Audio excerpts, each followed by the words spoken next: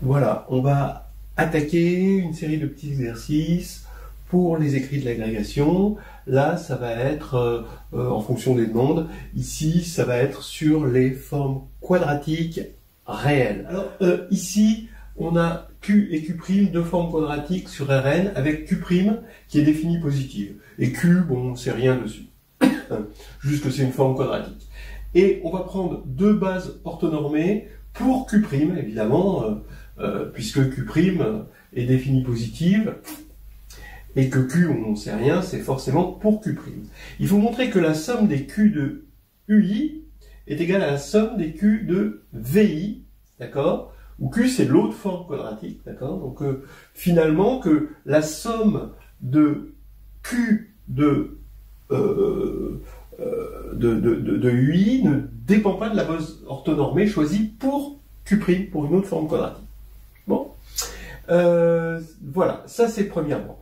Deuxièmement, on en déduit, en fait, bon, même si on n'avait pas besoin de ça, hein, loin de là, le théorème d'Apollonius. Alors on a un triangle OAB avec I le milieu de AB, et on est dans le plan euclidien, et on a OA carré plus OB carré est égal à 2OI carré plus 1 demi de AB carré. Regardez quand c'est rectangle en O, hein, et tracez le cercle, et ça va vous parler, cette formule. Mais là, c'est dans un cadre général. Donc, je parle du cercle circonscrit, hein, qui va être un cercle là de diamètre AB, si c'est bien un rectangle en haut. C'est juste un cas particulier. Mais voilà le théorème d'Apollonius. Maintenant, bon, on peut peut-être être un peu déçu que cette jolie formule en dimension n donne un théorème en dimension juste 2 et qu'on retrouve un vieux théorème. Alors, le problème que je propose, c'est est-ce qu'on peut trouver un théorème d'Apollonius en dimension n? Voilà. Comment faire pour généraliser cette formule? Est-ce que ceci va nous inspirer pour faire un N Apollonius?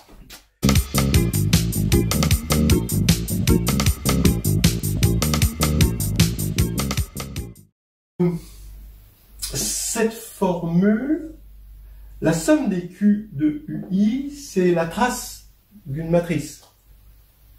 De quelle matrice? Hein, donc la matrice de Q dans la base des UI. D'accord? Donc ça peut donner une idée, parce que la trace est invariante. Bon. 2. Montrer le théorème d'Apollonius. Bon, ben manifestement, il va falloir... alors, OA carré plus OB carré. Donc, ça veut dire qu'il va falloir choisir bien petit q, choisir bien Q', et de sorte, et bien choisir UI, VI, de sorte à ce qu'on ait cette égalité-là. Donc, bon, petit q, ça a l'air d'être clair, c'est la norme classique. Maintenant, c'est pas évident de choisir bien Q' et la base. Donc, choisissons une base, a priori la base OA-OB, et faisons en sorte de construire une forme définie positive telle que OA-OB soit orthonormée. Ça, c'est une idée. Ça, c'est toute base peut être une base orthonormée. Le tout, c'est de bien choisir sa forme. Et puis après, le théorème d'Apollonius en dimension n, si vous voulez une indication, disons que c'est cette base, la base qu'on va trouver ici, UI, elle est naturelle. La base qu'on va trouver ici, VI, Alors bon, après, c'est une indication que je donne moi, c'est pas forcément... on peut l'obtenir grâce à un procédé de Gram-Schmidt assez simple. Et en fait, ça va nous donner un N Apollonius. Voilà, solution pour le petit 1. On veut montrer que ce membre de gauche est égal au membre de droite. Et en fait, on va exprimer que UI est une base orthonormée pour Q', donc c'est que la matrice de Q' dans la base UI c'est IN, et pareil pour VI, d'accord. Donc en gros, si on appelle P la matrice de passage de la base UI à la base VI, là on a cette formule de congruence entre les matrices d'une même forme quadratique dans des bases différentes et la matrice de passage. Et là, comme on a IN et IN, bah, ça fait que P, transposé P égale IN. Bon, mais normalement, on le sait, hein, quand on a une matrice qui envoie une base orthonormée sur une base orthonormée, bah, c'est une matrice orthogonale. Voilà, hein, donc ça, vous le savez, mais bon, ça fait du bien de rappeler la preuve. Donc maintenant, regardons le membre de gauche. Le membre de gauche, bah, c'est la trace de la matrice de Q dans UI, puisque sur la diagonale de la matrice d'une forme quadratique, c'est justement les Q de UI, Q des éléments de la base. Hein, les autres éléments, c'est avec la forme polaire. Donc ça, cette somme, c'est la trace. Et donc, on veut montrer que la trace d'une certaine matrice de Q, c'est la trace de la matrice de la même forme quadratique, mais dans VI. Donc c'est le moment de ressortir encore une fois la formule de congruence, mais pour la matrice de Q, dans UI et de VI, et de remarquer que comme P transposé c'est P-1, bah, ces matrices-là sont semblables, et donc elles ont forcément même trace. Voilà, maintenant on veut montrer le théorème d'Apollonius.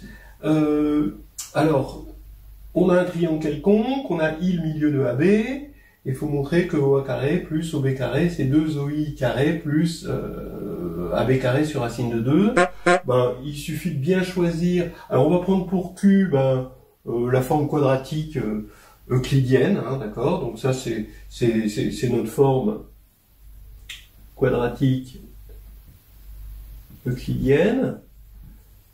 Et donc c'est notre mesure. On est au départ sur le plan affine. Ce problème est posé sur le plan affine euclidien. Donc on prend la forme quadratique euclidienne que nous offre ce plan euclidien.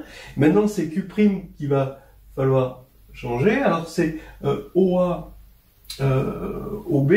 On va faire en sorte que, donc on va prendre E1 égale OA, E2, bon je mets pas de flèche, hein, ce sera plus simple, E2 c'est le vecteur OB, d'accord. Alors a priori, par rapport à la forme Q, il n'est pas, a priori, c'est pas une base orthonormée, mais par contre, je vais faire en sorte que ce soit une base orthonormée pour Q', c'est-à-dire que la matrice de Q', je définis la matrice de Q' de sorte à ce que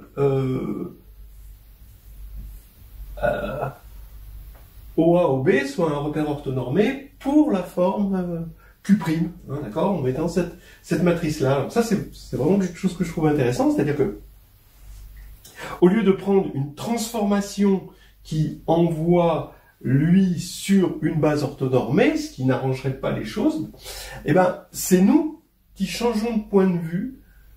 Ça, c'est une dualité intéressante. Au lieu de transformer les objets, on regarde les mêmes objets, mais c'est nous qui changeons de point de vue, c'est-à-dire on va regarder avec le point de vue de la forme quadratique Q', au lieu de le regarder avec le point de vue de la forme quadratique Q. Et Q' étant choisi pour voir les choses exactement comme on a envie de les voir. Ça, je trouve ça assez intéressant intellectuellement, quoi. Et donc, maintenant, il nous faut deux bases orthonormées pour Q'. Et ben, on va prendre EI, hein, donc UI c'est EI. Et maintenant, qu'est-ce qu'on va prendre comme autre base orthonormée? C'est c'est assez simple. Vous voyez que OI et AB, c'est en fait les diagonales, d'accord? Mais comme OAB, c'est un, donc ça engendre un carré, hein, d'accord? Les diagonales du carré sont orthogonales aussi. C'est un carré parce qu'on a imposé que la base était orthonormée. Donc les diagonales d'un carré, elles sont orthogonales aussi. Donc ici, alors on prend E1 plus E2 et E1 moins E2. Alors malheureusement, c'est pas c'est orthogonal, hein, ça c'est évident, pour Q', mais c'est pas orthonormé. Donc ici, il faut diviser par racine de 2, hein, pour que ce soit bon. Ici, divisé par racine de 2.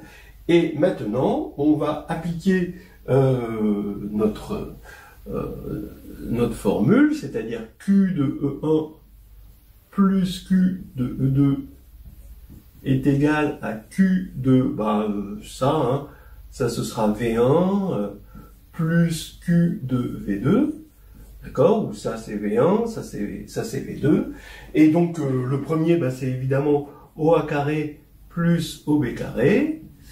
Alors maintenant, E1 plus E2, vous voyez, vous avez E1 ici, E2 ici, E1 plus E2, ça va être la diagonale du carré, donc 2 fois OI, et avec ces compensations, on va avoir 2 OI carré, et E1 moins E2, c'est l'autre diagonale, hein, ici, du carré, hein, voilà, c'est un carré maintenant, hein, pour Q', hein, ça c'est un carré, et ici, on va avoir... donc par rapport à AB carré, donc ça va être, faut diviser par 2, d'accord? Parce que ça c'est 2 fois plus grand que ça. Donc AB carré sur 2. Et on est parti pour une généralisation en dimension n. Bon, on va se contenter de la dimension 3, après c'est très facile de voir comment ça se généralise, puis c'est plus que du calcul, donc c'est quand même un peu moins intéressant. Regardez comment on a fait, on est parti d'une forme quadratique Q, donc c'est juste la forme euclidienne qui est la forme de base de notre plan euclidien, et on a pris une forme quadratique Q' qui rendait la base OA, OB orthonormée.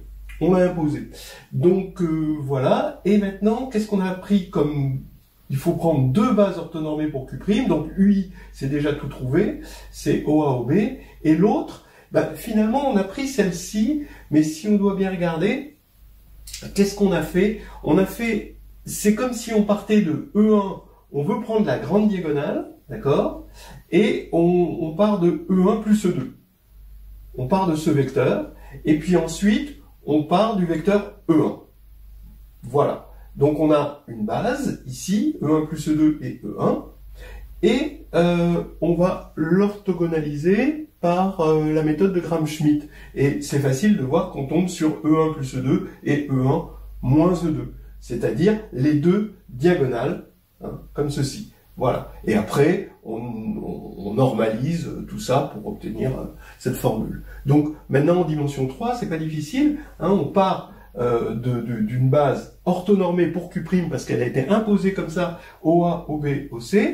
Et puis, on va partir, justement, de la première, de la grande diagonale, U1 plus U2 plus U3, c'est-à-dire la somme de ces 3 vecteurs, c'est-à-dire, finalement, 2 fois le vecteur OI, si I, ici, c'est l'isobarycentre de ABC. D'accord? Voilà. Et puis, on complète, après, j'ai complété, j'ai pas eu beaucoup d'imagination, mais avec U1, U2. Ça aurait pu être avec U2, U3, j'ai pris U1, U2. Et quand on va orthogonaliser ça, on va tomber sur quelque chose, ici, ça reste lui-même, hein, donc c'est quelque chose qui est proportionnel, j'ai mis un point pour dire que j'ai pas mis la constante de proportionnalité, OI, et ensuite on va trouver ici, à la place de celui-ci, AJ. Alors, qu'est-ce que c'est que AJ? Ici, OI, c'était O avec l'isobarycentre de ABC. Maintenant, dans l'ordre, je prends A avec l'isobarycentre de BC. Et après, je prends B avec l'isobarycentre de C, c'est-à-dire C.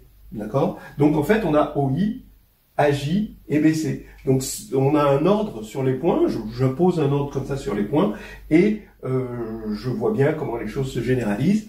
Alors ici, je vous ai pas calculé, bon c'est facile à calculer les normes de ça, hein, sachant que OA, OB, OC c'est une base orthonormée, ça c'est très facile à calculer, et en fait on tombe sur un Apollonius en dimension 3, qui est ici, et qu'on peut complètement généraliser en dimension n. Oh yeah!